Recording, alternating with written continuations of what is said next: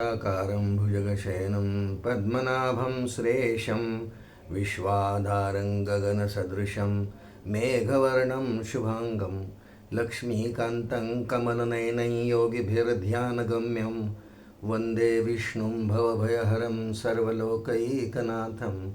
गुरुर्ब्रह्मा गुरुर्विष्णुर्गुरुर्देवो महेश्वरः गुरुः साक्षात् परब्रह्म तस्मै श्री गुरवे नमः।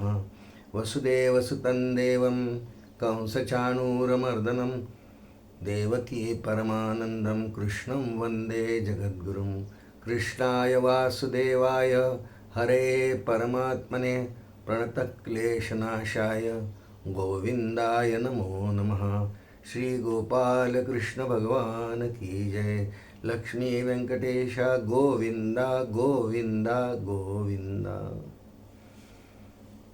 परमपूजनीय सद्गुरूंच्या कृपेने श्री विष्णू सहस्रनाम या दिव्य स्तोत्रातल्या श्री विष्णूंच्या 1000 नावांचं आपण क्रमाक्रमाने चिंतन करत आहोत। आज आपल्यासमोर श्लोक क्रमांक 20 आहे। या श्लोकामध्ये एकंदर 8 नावं आहेत। या नावांचा आपण क्रमाक्रमाने विचार करणार आहोत। श्लोक असा आहे, महेश्वासो महीभर्ता श्रीनिवासस्सतांगतिः अनिरुद्धसुरानंदो गोविंदो गोविदांपतिः। श्री गोपाल कृष्ण भगवान की जय। 8 अतिशय पवित्र अशी नावं या श्लोकामध्ये भगवान श्री विष्णूंची आहेत। भगवंतांच्या कोणत्याही नामाचं जर श्रद्धेने आणि प्रेमाने उच्चारण केलं तर असं करणाऱ्या त्या देहाला रामदास स्वामी पुण्य शरीर असं म्हणतात। नाम स्मरे निरंतर ते जाणावे पुण्य शरीर, महादोषांचे गिरीवर राम नामे नासती श्रीराम। समासच आहे दासबोधामध्ये नामस्मरण भक्तीचा। सर्व संतांनी नामाचा फार महिमा गायला आहे श्रोते। आणि विशेषतः कलियुगामध्ये कलौ नास्ते व नास्ते व नास्ते व गतीही अन्यथा असं नारद महर्षींच्या तोंडामध्ये वाल्मिकी रामायणामध्ये श्लोक येतो की संपूर्ण जगतामध्ये विचार केला तर कलियुगामध्ये रामनामाचं फार महात्म्य आहे। भगवंतांचं कोणतंही नाम म्हणून 1000 नावांचा विचार आपण करतो। आज जो श्लोक आपण चिंतनाला घेतला आहे, पहिलं नाव आहे महेश्वासो। यात ईश्वास हा शब्द आहे। ईश्वास शब्दाचा अर्थ होतो धनुष्य आणि महाईश्वास म्हणून महेश्वास। भगवान श्री विष्णू किंवा त्यांचे कोणतेही अवतार जे असतात, जसं राम आहे, कृष्ण आहे, वामन आहे, ह्या त्या अवतार जर धनुष्याची गरज पडली तर भगवंतांजवळ जे धनुष्य असतं त्याचं एक नाव आहे, पण ते महाईश्वास म्हणजे महाधनुष्य आहे।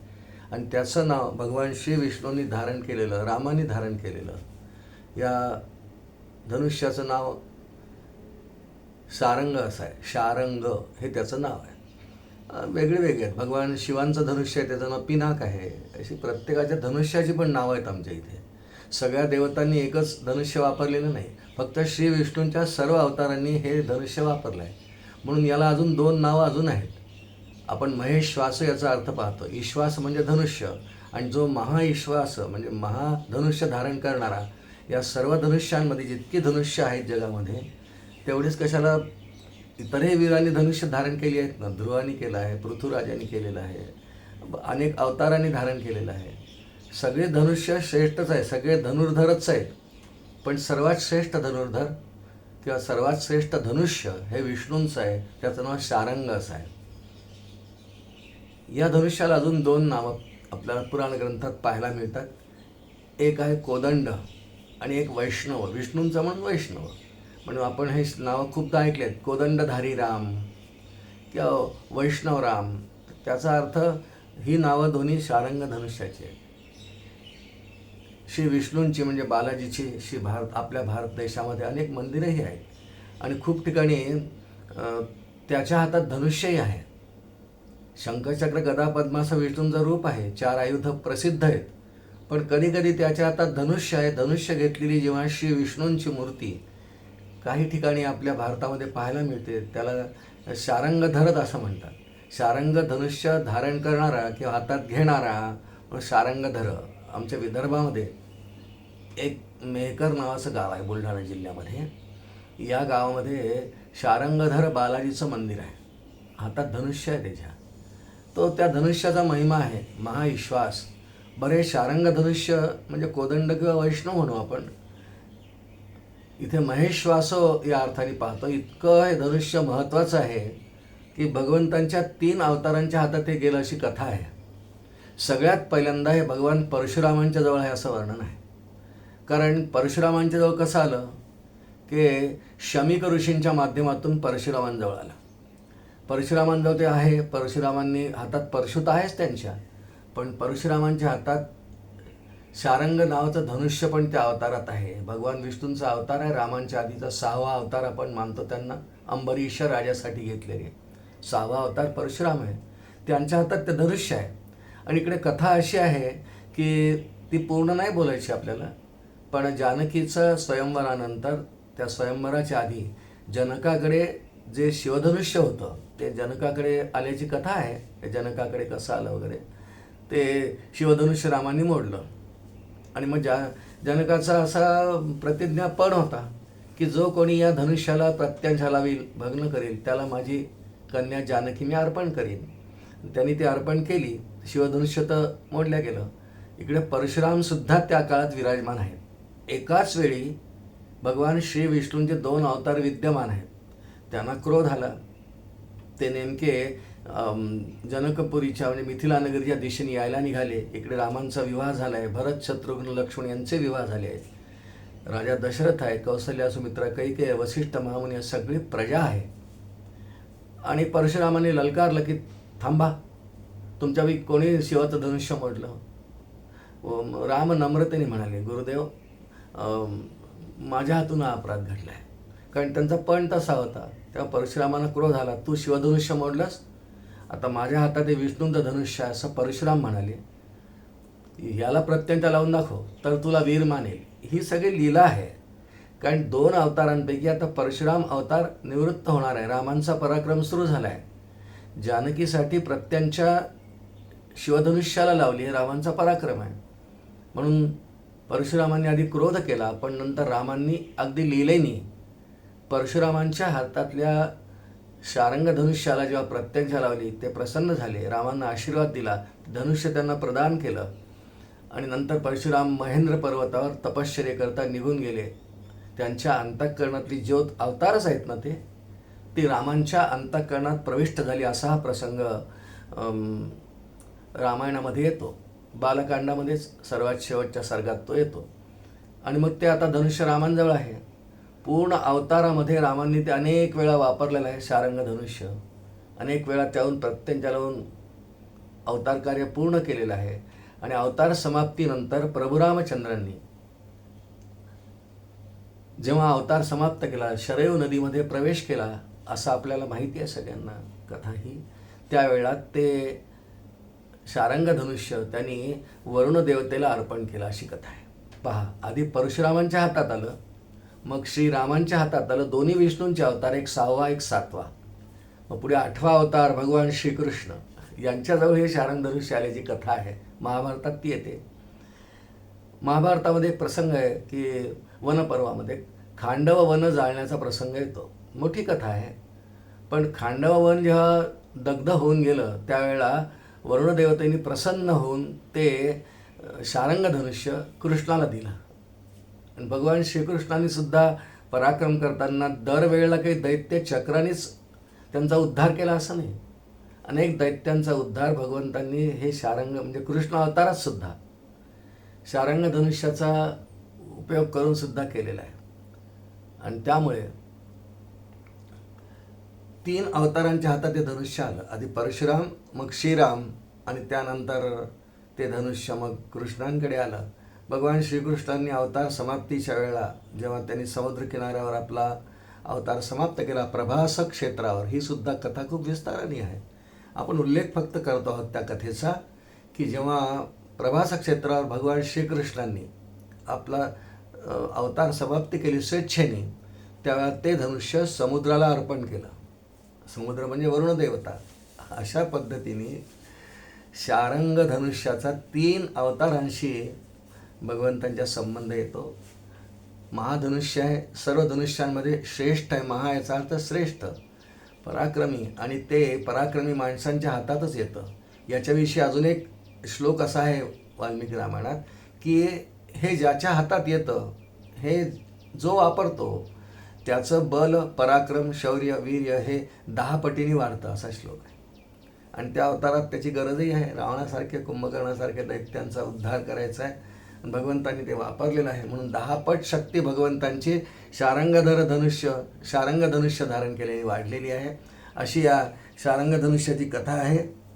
आणि म्हणून भगवंतांचं पहिलं नाव, आजच्या क्रमाने आपण ज्याचा विचार करतो आहोत त्याचं पहिलं नाव भगवंतांचं आहे महेश्वासः. ईश्वास म्हणजे धनुष्य. अशा पद्धतीने महेश्वास या शब्दाचा आपण थोडासा अर्थ पाहिला. आणि हे श्री विष्णूंचं एक नाव आहे. जर एखाद्याने खरंच विचार केला, मला अनेकांनी विचारलं आहे की यातल्या कोणत्याही नावाचा जप केला तर चालेल का? काही सर्वनाम आहेत, काही क्रियावाचक नाव आहेत. आता हे धनुष्याचं नाव आहे. त्याचं उत्तर आचार्याने हो दिलं आहे की नामाच्या सहस्रावरी माळा म्हणतात ना, जे आवडेल ते. जर खरोखरच एखाद्याला महेश्वास हे नाव आवडलं, अर्थ मनापासून कळला, डोळ्यासमोर शारंग धनुष्य आलं, कारण रामांच्या हातात जे धनुष्य असतं त्याला कोदंड म्हणतो आपण, शारंग धनुष्याचंच नाव आहे, आपण ऐकलं ते. त्याचं जरी केलं, त्यातल्या कोणत्याही एका नामाचं उच्चारण वारंवार करत गेलं, आधी जप आणि मग स्मरण, तरीसुद्धा उद्धाराला साधन ते होईल. उद्धाराला त्याने उद्धार होईल असं आचार्यांनी म्हटलेलं आहे. महेश्वास, कारण ही मालिका आपण प्रसारित करताना मला काही फोनही येतात आहे. ते विचारलं कोणी की महेश्वास माळ्यावर श्रीराम श्रीराम श्रीराम जप करायच्या ऐवजी म्हणजे महेश्वास केला तर आम्हाला पुण्य मिळेल का? हो, नक्की मिळेल. कोणतंही. याप्रमाणे पहिलं नाव या श्लोकातलं महेश्वासः या नावाचं आपण काही वेळ चिंतन केलं. दुसरं नाव या श्लोकातलं आहे महीभर्ता. 8च नाव आहेत. महीभर्ता. मही शब्दाचा अर्थ पृथ्वी होतो, माहिती आहे आपल्याला. मही याचा अर्थ पृथ्वी आणि भर्ता याचा अर्थ पृथ्वीचं पालन पोषण करणारा. पृथ्वी विश्वस्य धारिणी असं मुंडक उपनिषदात एक श्रुती येते. सर्व विश्वाचं खरं धारणा करणारी पृथ्वीच आहे. जेथे जीवन तेथे जीव. आणि असं आमच्या पुराण ग्रंथांमध्ये वर्णन आहे की फक्त आणि फक्त या पृथ्वीवरतीच मनुष्य सृष्टी आहे, हा मृत्यूलोक मानला आहे. म्हणून हिचं पोषण भगवान का करतात, हिचं पालनपोषण का करतात? इतर ग्रहांचं करत नाही असं नाही.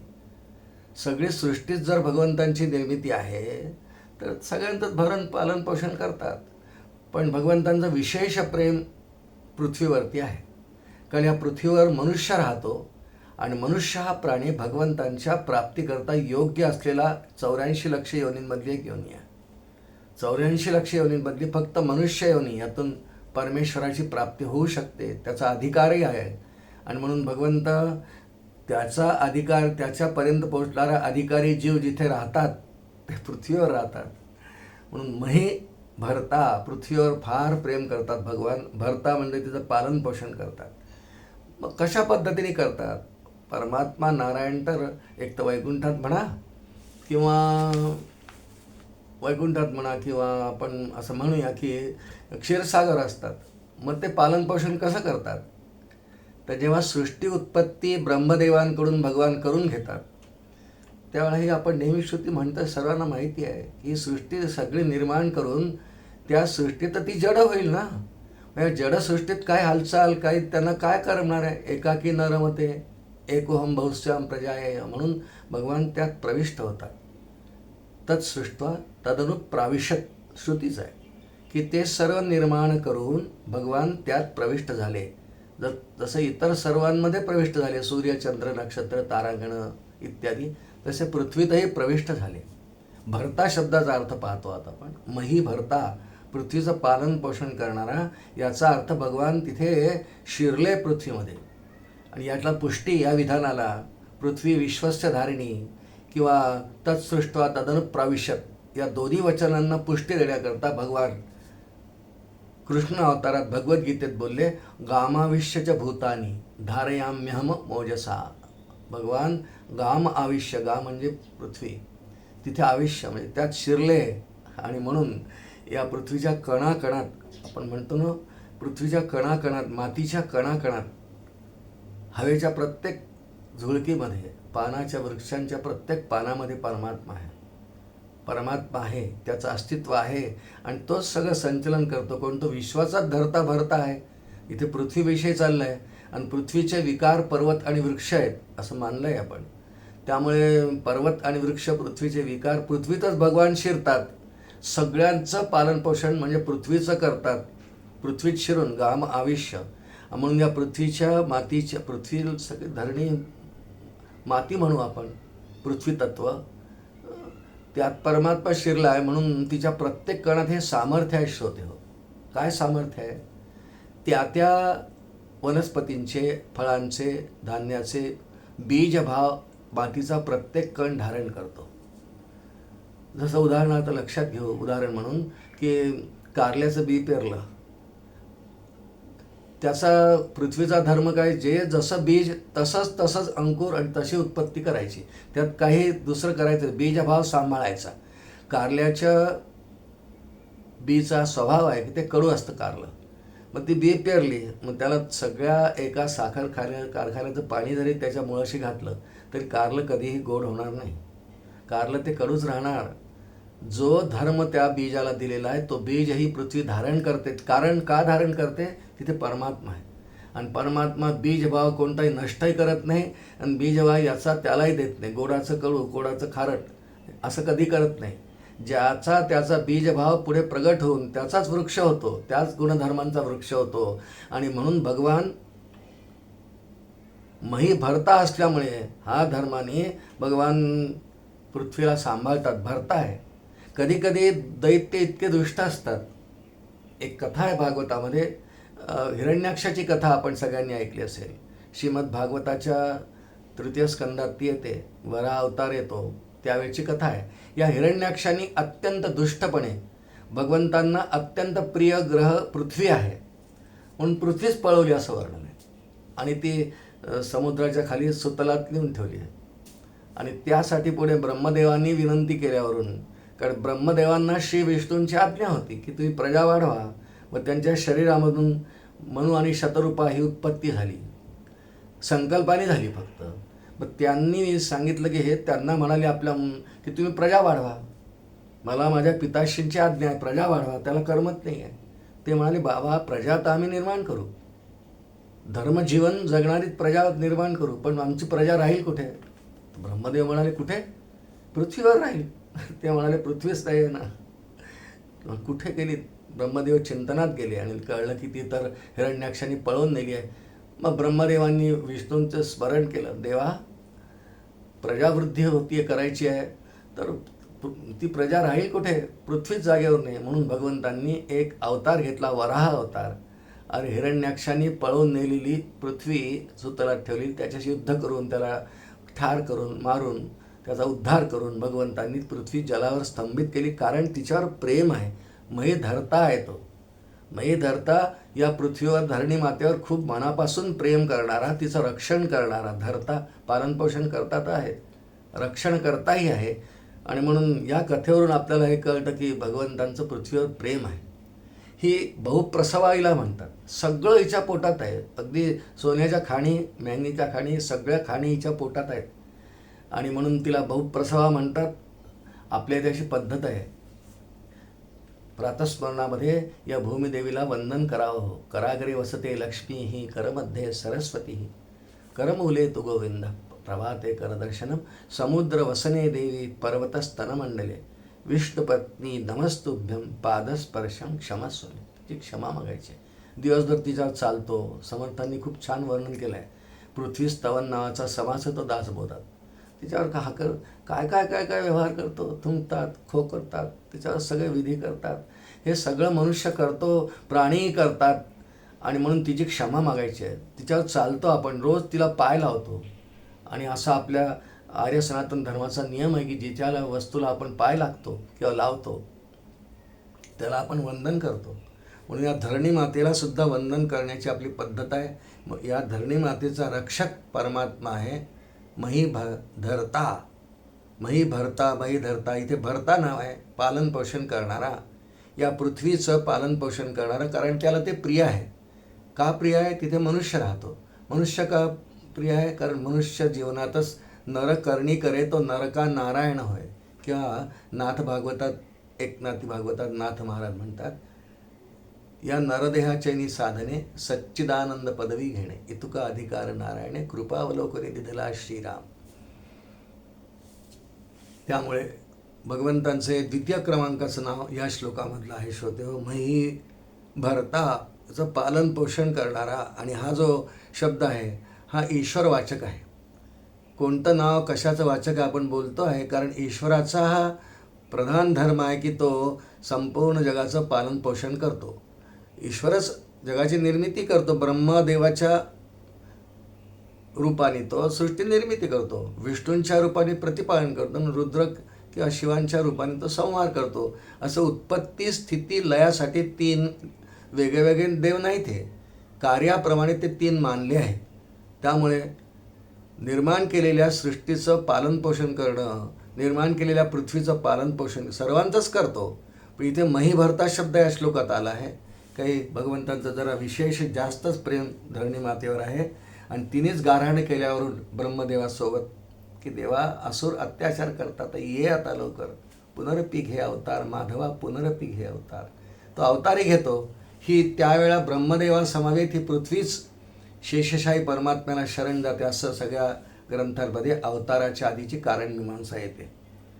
याच्या पुढचं नाव ह्याप्रमाणे आपण थोडक्यात मही भरता हे नाव पाहिलं. पुन्हा तेच समजा एखाद्याने मही भरता मही भरता मही भरता असा जप केला तर चालेल. कारण श्री विष्णूंचं हे नाव श्री विष्णू सहस्रनाम दिव्य स्तोत्रातलं असल्यामुळे मही भरताही चालेल. पण ते म्हणताना त्याचा अर्थ लक्षात ठेवून जर ते म्हटलं तर त्याचं जास्त फल असतंय. 3 क्रमांकाचं नाव या श्लोकातलं आहे श्रीनिवास. श्री शब्दाचा अर्थ आहे लक्ष्मी. नुसता एक अर्थ आचार्यांनी केला नाही आहे. लक्ष्मी, संपत्ती, ऐश्वर्य हे 3ही श्रीमध्ये 3 येतं. आणि लक्ष्मीला संपत्ती म्हणतात. संपत्तीला आपण म्हणतो म्हणजे एखाद्याकडे फार संपत्ती असेल, जसं अंबानी ग्रुप आहे, अदानी ग्रुप आहे, फार संपत्ती आहे, लक्ष्मीयुक्त आहेत, धनवंत आहेत, फार संपत्ती आहे, त्यामुळे ऐश्वर्य असते. साधारण एकाच गटातले शब्द आहेत हे. पण श्रीनिवास, श्रीनिवास ज्याचा श्रीच्या ठिकाणी निवास आहे हा एक अर्थ केला आहे की ज्याचा श्री जिथे असते त्या ठिकाणी यत्र योगेश्वर कृष्ण यत्र पार्थो धनुर्धरा तत्र श्रीर विजयो भूतीर ध्रुवा, तिथे श्री शब्द तिथेही आहे. श्रीमद भगवद्गीतेचा अंतिम श्लोक आहे. तिथे भगवान श्रीकृष्णाने धनुर्धर पार्थ आहे. याचा अर्थ कर्तव्य तत्पर जीव आहे. तिथे श्री आहेच. म्हणून जिथे श्री आहे तिथे हा राहतो.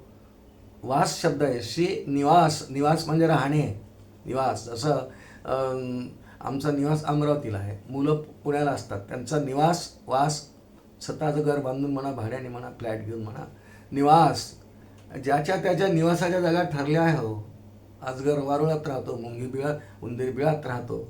हा कुठे राहतो? श्रीनिवास. जिथे श्री आहे तिथे तो श्रीचा पती आहे. तो त्याला श्रीपती पण एक नाव पण ऐकलं आधी. श्रीनिवास, श्री आहे तिथे आहेच, त्याचं लक्षणच आहे. लक्ष्मी, संपत्ती, ऐश्वर हे जिथे आहे त्या ठिकाणी परमात्मा आहेच. म्हणून याचा एक नाव श्रीनिवास. किंवा दुसरा अर्थ केला आचार्यांनी की लक्ष्मी ज्याच्याजवळ राहतेच नाही. पहा, उभयान्वयी आहे. जो लक्ष्मी आहे तिथे राहतो किंवा ज्याच्याजवळ तो जिथे आहे तिथे लक्ष्मी असतेच. श्रीमद भागवतामध्ये गोपीगीतामध्ये एक श्लोक सुरुवातीचाच, गोपीगीत नावाचं प्रकरण 19 श्लोकांचं श्रीमद भागवत दशमस्कंदात येतं. त्यातला पहिला श्लोक आहे जयति तेधिकं जन्मनाव्रजा श्रयत इंदिरा शश्वदत्रही. हा गोपीगीतातला श्लोक आहे की हे परमात्मा, तू वैकुंठातून इथे आलास गोकुळात ब्रजभूमीत, तर तुझ्या मागे मागे मागे लक्ष्मी पण इथे आली. कारण जिथे श्री नारायण आहे, विष्णू आहे, तिथे लक्ष्मी येणारच. ती त्याच्या अर्धांगिनीच आहे. हो, ती अर्धांगी ती येतेच त्याच्या पाठे.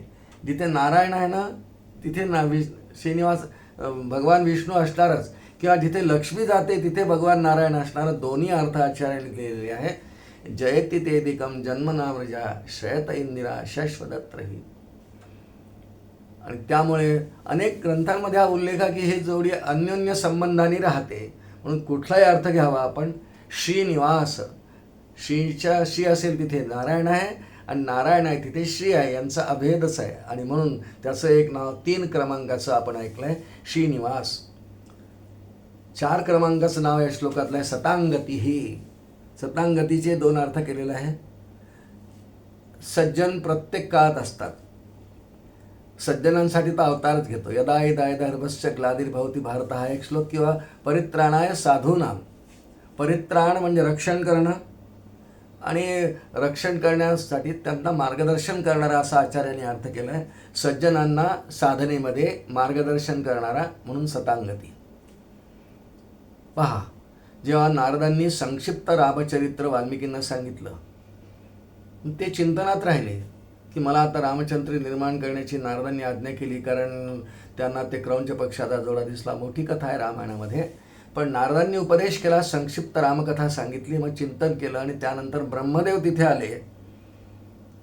ब्रह्मदेव हे ईश्वरच आहेत. हा ईश्वरवाचक शब्द आहे सतांगती. आता वाल्मिकी ऋषींना रामकथा लिहायची आहे. नारदांनी संक्षिप्त सांगितलेली, ब्रह्मदेवांनी आशीर्वाद दिलेला आहे, मार्गदर्शन केलं की तुम्ही जरूर लिहा. मा निषाद प्रतिष्ठात्वम अगम शाश्वती समाह यत क्रौंच मिथुनादेक अवधी काममोहितम. हा श्लोकामुळे त्यांना प्रेरणा झाली अनुष्टुप छंदातल्या.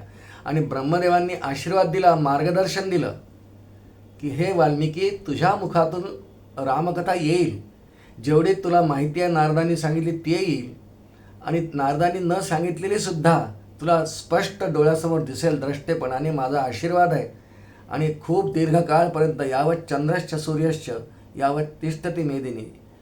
जोपर्यंत या पृथ्वीवरती चंद्र आणि सूर्य आहेत तोपर्यंत रामकथा राहील तुझी, असा आशीर्वाद दिलेला आहे.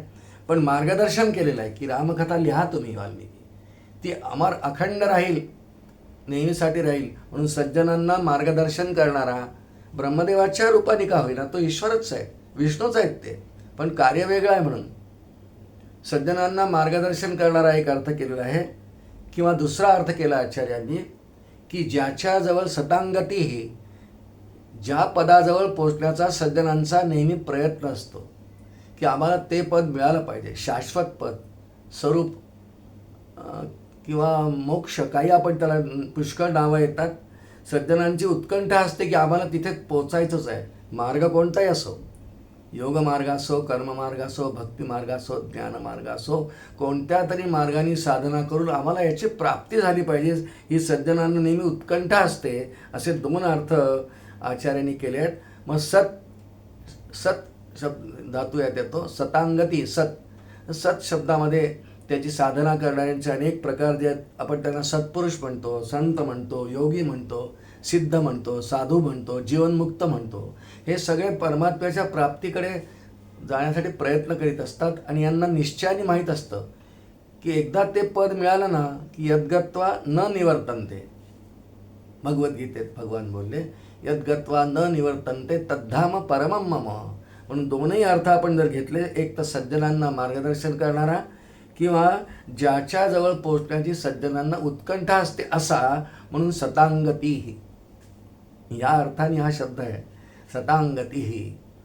5 क्रमांकाचा श्लोक नाव या श्लोकातलं आहे अनिरुद्ध. अनिरुद्ध याला ज्याला कोणीही विरोध करू शकत नाही, अनिरुद्ध त्याला म्हणतात. निरुद्ध विरोध करणे म्हणजे परमात्म्याला कोणी विरोध नाही करू शकत. किती मोठे दुष्ट दुराचारी असले, हिरण्यकश्यपू, रावण, कुंभकर्णासारखे, कंसासारखे, याला विरोध नाही करू शकत. याच्या धैर्य, पराक्रम, तेज, ओज, धृती याच्या पुढे टिकू शकत नाही. याच्यासमोर सगळ्या अवतार हे दुष्टच काय, याचीच निर्मिती म्हणा, ईश्वर रूपात जेव्हा येतो, मायेचा आश्रय घेतो आणि सृष्टी निर्माण करतो, तिला प्रकृती म्हणतात. आणि ही प्रकृतीसुद्धा याच्या स्वाधीन आहे.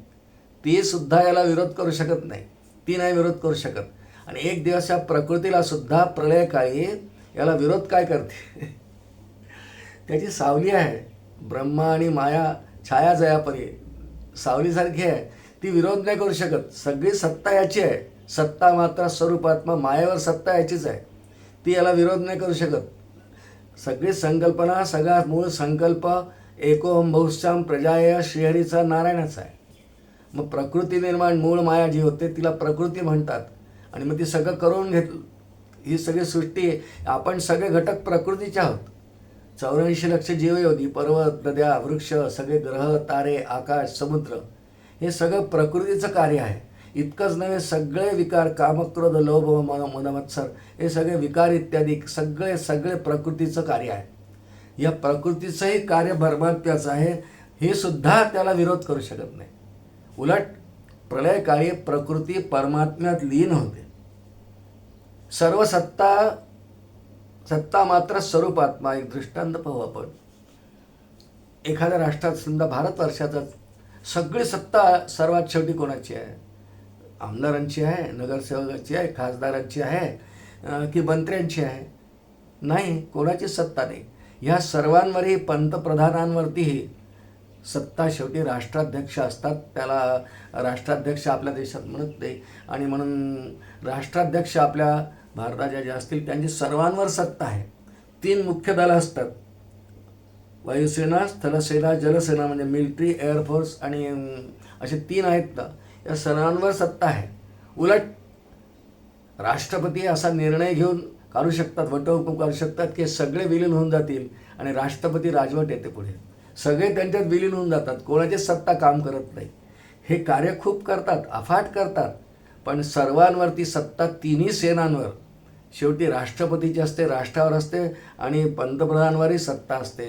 आणि जर सगळेच विसर्जित झाले, प्रलय म्हणू त्याला आपण, काही अराजकामुळे म्हणा, मतभेदांमुळे म्हणा, जनतेने निवडून दिलेलं सगळं सरकार असल्यामुळे, लोकशाही असल्यामुळे असं काही झालं की सरकार बरखास्त करायची वेळ आली काही कारणाने, तर सगळी सत्ता शेवटी राष्ट्राध्यक्ष आणि त्याच्या स्वाधीन जाते. सगळं विलीन होऊन जातं, विरोध कोणीच करू शकत नाही.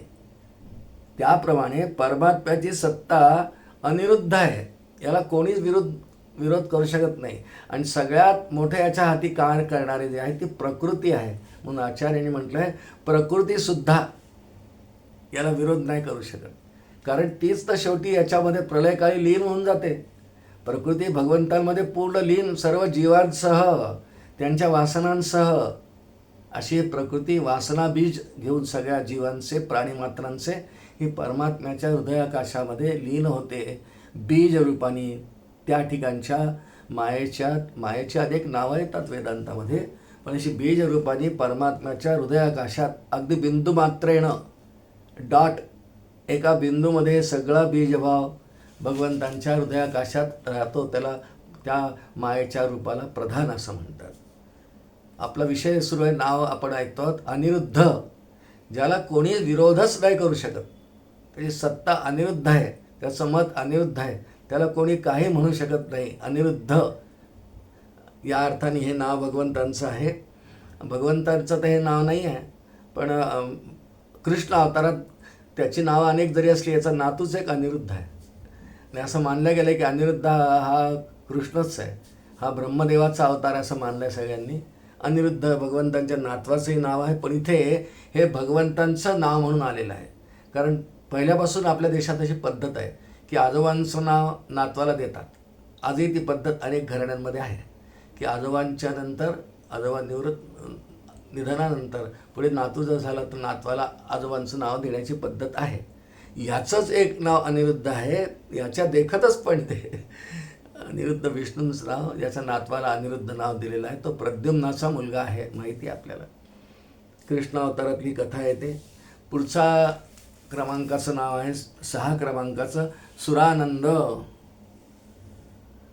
सर्व देवांना आनंद देणारा, अत्यंत आनंद. कथा पुष्कळ आहेत. जेव्हा जेव्हा भगवंतांच्या अवतार घेण्याची वेळ येते तेव्हा वैकुंठात भगवान असतात किंवा क्षीरसागरावर असतात. सगळे पृथ्वी आणि ब्रह्मदेव गाराणे घेऊन जातात आणि मग भगवान आपल्या सहाय्यासाठी सर्व देवांना, सगळे देव आकाशात असतात. ते पाहतात की आता या अवतारात आम्हाला नेणार का हा सहाय्य करायला, आम्हाला खूप आवडेल. कृष्ण अवतार असो, राम अवतार असो, वामन अवतार असो, आम्हाला आवडेल. आणि म्हणून आकाशात देव विमानांची जाहली नभी दाटी असं वर्णन कीर्तनामध्ये येतं. सगळे देव आणि भगवान त्यांना म्हणतात, राम अवतारात म्हणतात, तुम्ही या माझ्यासमोर, तुम्ही सारे यारे माझ्या साह्यार्थ योजना आलीसी, सर्वांना घेतात आणि तुम्ही वानर व्हा. कृष्ण अवतारात सगळ्या देवांना म्हणतात, मला साह्यात लागेल, तुम्ही सगळे देव यादव व्हा. आणि शेषाला तर ते बलराम करतात, इकडे लक्ष्मण करतात. पण सगळ्या देवांना त्यांच्या अवतार कार्यात सामील करून घेतात, म्हणून सुरांना सगळ्यांना आनंद देतात नेहमी. शिवाय अनेक ठिकाणी सुरांचं कार्य सिद्ध करण्याकरता भगवान स्वतः जातात हो. म्हणून सर्व सुरांना आनंद देणारा कृष्ण अवतारात कथा येते. भगवान जेव्हा भौमासुराचा पारिपत्य करायला गेले, इंद्राच्या सांगण्याहून गेले, कारण इंद्राच्याकडे स्वर्गात चोरी झाली, त्याच्या आईच्या कानातली कुंडलं आणि वरुणाचं छत्र गेलं. मग त्यांनी कृष्णाला सांगितलं की देवा, सध्या तुझा अवतार सुरू आहे, तर मी कशाला युद्ध करू भौमासुराशी, तू कर ना. भगवंतांनी इंद्राचं भलं होण्यासाठी, त्याच्या इथे चोरी झालेल्या दोन्ही वस्तू मिळण्यासाठी भौमासुरावर म्हणजे नरकासुरावर आक्रमण केलं. प्राग्ज्योतिष्यपूर त्याच्या नगरीचं नाव आहे, तिथे जाऊन आक्रमण केलं, त्याचा उद्धार केला, त्याला मारलं. मग इंद्राच्या दोन्ही वस्तू इंद्राला नेऊन दिल्या. इंद्र देवांचा राजा आहे आणि इंद्राला खूप आनंद झाला असं वर्णन आहे, कारण चोरी झालेली देवाने सहज आणून दिली. मग कृष्णाला 1-2 दिवस थांबवलं, पाहुणचार केला वगैरे कथा आहे. पण इंद्राला आनंद देणारा, इंद्र देवांचा राजा आहे, सगळ्याच देवांना त्या त्या प्रसंगी त्या त्या लीलेमध्ये आनंद देणारा, चंद्राला आनंद, सूर्याला आनंद, म्हणून यांना विशेष विशेष आनंद देण्याकरता सूर्याला खूप आनंद व्हावा म्हणून बरोबर माध्यानी जन्म घेतला. सूर्यनारायण असतात आकाशात म्हणून सूर्यवंशात आहेत. चंद्राला थोडंसं बरं नाही वाटलं म्हणून पुढचा अवतार चंद्रवंशात रात्री 12 वाजता घेतला, कृष्ण अवतार. देवतांना आनंद देणारा, चंद्रांना आनंद राम अवतारामुळे, चंद्रांना आनंद कृष्ण अवतारामुळे, सूर्याला आनंद राम अवतारामुळे. हे देवांचे प्रतिनिधी म्हणून पाहतोय आपण. वरुणाला आनंद, ब्रह्मदेवाला आनंद, इंद्राला आनंद, यमदेवांना आनंद, पुष्कळ कथा येतात. हे सर्व देवांना नेहमी कोणत्याही लीलेने अत्यंत आनंद प्रदान करू देणारे म्हणून सुरानंद असं नाव येतं. आणि सर्वात श्रेष्ठ आनंद भगवंतांचा सुरानंद मानलेला आहे. एक तैत्तिरीय उपनिषदामध्ये कोष्टक येतं, कोष्टकच मांडलेलं आहे बघा. आपल्याला एखाद्या पदार्थाचा भोग घेताना जेव्हा खूप आनंद होतो, समजा त्याचे युनिट 100 मानले, जसं मला उदाहरणार्थ खूप खूप आईस्क्रीम आवडतं आणि मी 2 बाऊल छान माझ्या आवडीचं व्हॅनिला म्हणा, मँगो काहीतरी आईस्क्रीम खाल्लं, खूप आनंद वाटला. आणि समजा त्यावेळेला मला जे सुख झालं, आनंद झाला, तो 100 युनिट मानला, युनिटमध्ये मानला की 100 मात्रा त्याच्यावर मानल्या. तर तैत्तिरीय उपनिषदात एक कोष्टक मांडलं आहे. मनुष्याला जो आनंद होतो, मनुष्य आनंद, तो 100 पट, त्याचा 100 पट आनंद मनुष्य गंधर्वाला होतो त्याच क्रियेने. त्याच्या 100 पट देवगंधर्वाला होतो, त्याच्या 100 पट पितृलोकातल्या आजानाच्या देवाला होतो, त्याच्या 100 पट कर्मदेवाला होतो, त्याच्या 100 पट देवांचा आनंद असतो, त्याच्या 100 पट आनंद इंद्राला होतो, त्याच्या 100 पट आनंद बृहस्पतीला होतो, त्याच्या 100 पट आनंद प्रजापतीला होतो, त्याच्या 100 पट आनंद हिरण्यगर्भा म्हणजे ब्रह्मदेवाला होतो. आणि या सर्व आनंदाचं सत्तास्थान, सत्ता मात्र स्वरूपात्मा परमानंद स्वरूप श्रीकृष्ण. आता की 100 आपण 11-12 वेळा म्हटलं. हे सगळ्यांपेक्षा जास्त आनंद ज्याच्याजवळ असतो, असा आनंद देवांना इतक्या पटींनी देणारा, किती झालं असेल गणित करून पाहावं आपण, पण असा प्रकारे देवांना खूपच मोठा आनंद दर लिहिलेने देणारा. यांनी गोवर्धन उचलला, इतका आनंद झाला देवांना. प्रत्येक दैत्याचा वध करताना आनंद. आणि दरवेळा देव पुष्पवृष्टी करतात असं वर्णन आपण ऐकतो. पुष्पवृष्टी का करतात? आनंद होतो म्हणून. दुंदुबी वाजतात स्वर्गामध्ये, देव दुंदुबी वाजवतात, अप्सरा नृत्य करायला लागतात, अशी वर्णनं भगवंतांनी एखादी लीला केली की सगळ्या पुराण कथांमध्ये येतं. आणि त्यामुळे परमात्मा सर्वांना आनंद देणारा आहेत, पण देवांना विशेष आनंद देणारा आहे म्हणून सुरानंद हे त्याचं 6 क्रमांकाचं नाव या श्लोकातलं आपण पाहिलं. 7 क्रमांकाचं नाव गोविंद. गो शब्दाचे संस्कृत भाषेमध्ये खूप अर्थ होतात. गो म्हणजे गाय पण होतं, गोविंद, गोपाल, विंद म्हणजे आनंद देणारा, गायींना आनंद देणारा, गायींना आनंद देणारा, गायीच्या सहवासात राहणारा गोपाल. आणि विशेषतः हे नाव गोविंद नाव भगवंतांना इंद्राचा गर्वहरण जेव्हा केलं, म्हणजे गोवर्धन धारण जेव्हा केला, त्या अवतारात इंद्राने दिलेलं नाव गोविंद हे आहे, गोपाल आहे. आणि खूप रक्षण केलं, कारण गोवर्धनाखाली सगळे माणसंच नेले, असे सगळ्या गोकुळातल्या गायी नेल्या हो. गोपाल भगवान रोज गायींची सेवा करतात आहे, स्वतः दूधही काढतात आहे आणि रोज गोरजानी स्नान करतात आहे. भगवंतांनी कृष्ण अवतारात गायीची जेवढी सेवा केली तेवढा वर्णन इतर अवतारात नाही आहेत. भगवंतांचं एक नाव गोविंद, गोपाल या नावाने गायींवर प्रेम करणारा, गायींची सेवा करणारा, गायींचं रक्षण करणारा या अर्थाने. त्यानंतर गो शब्दाचा अजून एक बरेच अर्थ आहेत. एक अर्थ इंद्रिय असा आहे, जसं माझ्याकडे पंचज्ञानेंद्रिय आहेत. या पंचज्ञानेंद्रियांचा जो स्वामी गोविंद, स्वामी विंद म्हणजे स्वामी असा अर्थ होतो. गोविंद गायीचा स्वामी, इंद्रियांचा स्वामी, आनंद देणारा. आणि म्हणून गोविंद माझ्या इंद्रियांचा स्वामी. आणि तो जर नसेल, आमच्या इथे केनोपनिषदामध्ये श्रुती येते, मला हे जे नेत्र आहेत, डोळे आहेत, हे बाह्य हे डोळ्याने मला दिसत नाही, याच्या डोळ्यांच्या मागे एक डोळा आहे. नेत्रस्य नेत्रः, श्रोत्रस्य श्रोत्रः, प्राणस्य प्राणः, असं केनोपनिषद आहे. कानाच्या मागे एक कान आहे, डोळ्याच्या मागे एक डोळा आहे, त्याने दिसतं. आणि त्यामुळे इंद्रियांचा स्वामीच तो आहे. या सगळ्या पंचही ज्ञानेंद्रियांचा, कर्मेंद्रियांचा जो स्वामी, याचा अर्थ चालन पालन करता, त्याच्या आज्ञेने सगळी इंद्रिय काम करतात आणि विषयांचं सुख मला प्राप्त करून देतात. ध्रुवाच्या तपश्चर्यानंतर ध्रुवाला भगवंतांचं स्तुती करायची आहे, मोठी स्तुती आहे खूपी. तर ध्रुवाने स्तुती करताना भगवंतांना म्हटलेला जो श्लोक आहे पहिला, त्यात हे म्हटलं की देवा, तू येऊन माझ्या वाणीचा स्वामित्व असल्यामुळे तू वाणीवर येऊन बैस आणि तुझी स्तुती तू करवून घे. हे भक्तांचं असं वर्णन येतात. काय भक्तांची भगवंताविषयीची भावना आहे. श्लोक असा आहे, श्रोते हो, योंत प्रविश्य मम वाचमिमां प्रसुप्तां संजीवयत्यखिल शक्तिधर स्वधांना अन्यांश हस्त चरण श्रवणत्वगादीन प्राणान्नमो भगवते पुरुषाय तुभ्यम. सगळ्या इंद्रियांची नावं त्यात आहेत. हे देवा, तू दर्शन दिवस मला तुझी स्तुती करायची आहे, पण काय करू, स्तुती येत नाही आहे ओठावरती. वाणी, तू वाणीचा स्वामी आहेस. योंत प्रवेश वाचम इमाम प्रसुप्ताम, माझी ही वाणी सुप्त अवस्थेत झोपलेली आहे. तू ये, वाणीचा स्वामी आहेस, माझ्याकडून तुझी स्तुती तू करवून घे. बघा, ध्रुवाच्या तोंडी श्लोक आहे, मग भगवान प्रगट झाले वगैरे, पुष्कळ त्याला आशीर्वाद दिला, आढळपद दिलं वगैरे. पण इंद्रियांचा स्वामी याचा अर्थ सगळ्याच इंद्रियांचा चालक मालक तोच आहे, सत्ता त्याचीच आहे. आणि कधीही ह्या नावाचा अर्थ आपण लक्षात घेताना ठेवावं की आपली कोणती इंद्रिय ही यांच्यावर आपलं स्वामित्व नाही आहे. आणि असं मानत जाण्याने परमार्थामध्ये एक मोठी प्रक्रिया हळूहळू होते की मला कोणत्याही गोष्टीचा अहंकार होत नाही. कारण अहंकाराचं भगवंतांचं फारच वाकडं आहे, नाही चालत. जिथे इतकाही कणाचा अहंकार आहे, भगवंतांची किंवा स्वरूपाची प्राप्ती होत नाही. आणि त्यामुळे सर्व इंद्रियांचा स्वामी परमात्मा आहे. गोविंद या अर्थाने आपण गोविंद या नावाचा अर्थ पाहतो आहे. आणि मगाशी उल्लेख केल्याप्रमाणे हे नाव भगवंतांना जेव्हा गोवर्धन धारण केला 7 दिवस इंद्र शरण आले. शेवटी सगळ्या गायींना पाहिलं, हजारो लाखो गायी त्याखाली, तू खरंच गोविंद आहेस रे, पालन करणारा, गायींना पालन करणारा आहेस. ते नाव इंद्राने या लीलेच्या वेळी दिले गोविंद. ही देणगी भागवताची आहे. भागवतात उल्लेख आहे की तुला आजपासून सगळं गोविंद म्हणतील, असं इंद्राने म्हटलेलं आहे.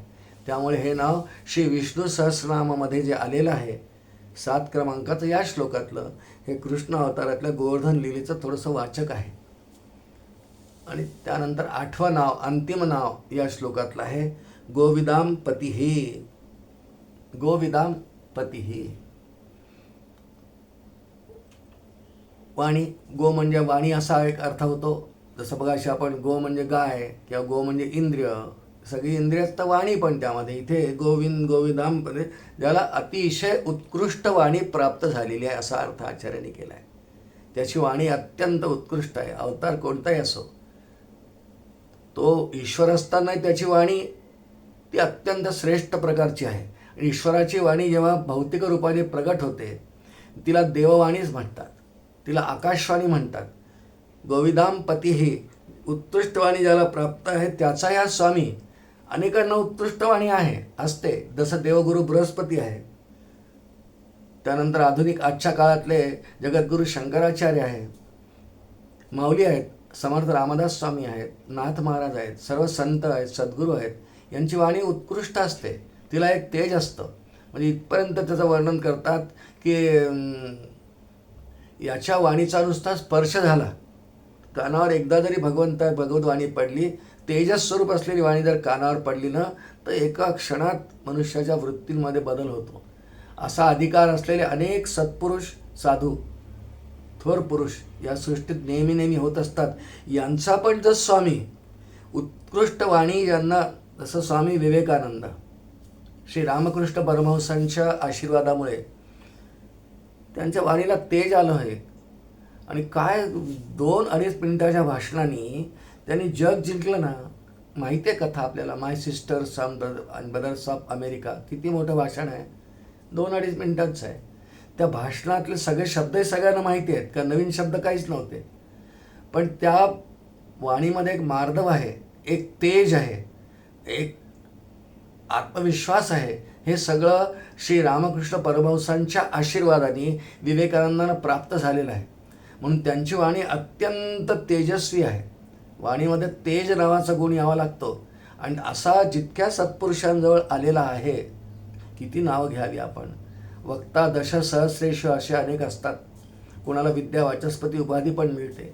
विद्यावाचस्पती म्हणजे ज्यांच्या वाणीवरती विद्या आहेच, अखंड आहे, प्रवाही वाणी आहे, अत्यंत प्रभाव करणारी वाणी आहे. ही सगळी वाणी असणारे अनेक पुरुष, सत्पुरुष म्हणा, थोर पुरुष म्हणा, राष्ट्रपुरुष म्हणा, किती मोठी मोठी माणसं असतात की ज्यांच्या एका भाषणाने सगळी सभा बदलून जाते, सगळ्यांचं मतपरिवर्तन होऊन जातं. आणि या सगळ्यांचाही स्वामी जो आहे त्याला गोविदाम पतीही नाव दिलं आहे. पती शब्द आहे तिथे, हे एकच नाव आहे, गोविदाम पतीही. वाणीचा स्वामी असलेले की वाणी ज्यांची उत्कृष्ट आहे अशाही सर्वांचा पती. पती म्हणजे स्वामी, परमात्माच आहे. त्या अर्थाने गोविदाम पतीही हे नाव 8 क्रमांकाचं या श्लोकातलं आलेलं आहे.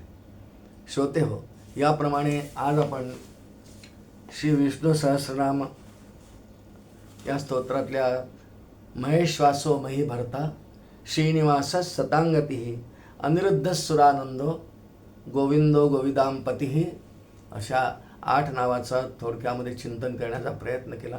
एक मुद्दा आज आपण पाहिला जो आधी नव्हता पाहिला, की या नावांपैकी कोणत्याही नावाचं उच्चारण फक्त एकच आहे की ते उच्चारण श्रद्धेने अर्थ समजून.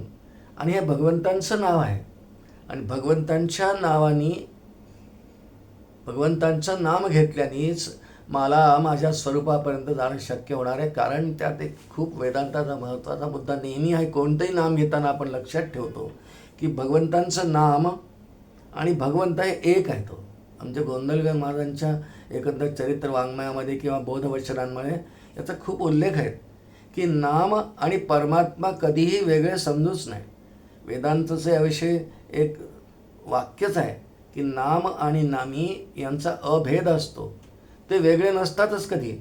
जसं श्रीराम जयराम जय जयराम म्हटलं की तिथे राम प्रगटच आहे.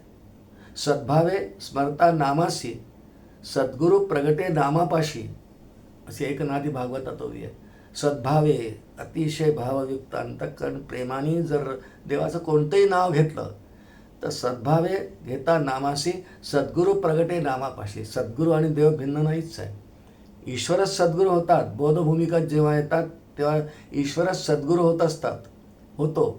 त्यामुळे ईश्वर आणि सद्गुरात भेदच नाही. आपण श्लोक म्हणतो ना, गुरुर् ब्रह्मा गुरुर्विष्णू गुरुर्देवो महेश्वरः गुरु साक्षात परब्रह्म तस्मै श्री गुरवे नमः. त्यामुळे ही सगळी नावं आपण अर्थचिंतन करतो आहोत. काय अर्थ आचार्यांनी दिलेले ते एवढ्या मोठ्या थोर श्रेष्ठ पुरुषांनी. आचार्य काय सामान्य काय. परवाच आचार्यांची जयंती होऊन गेली आहे.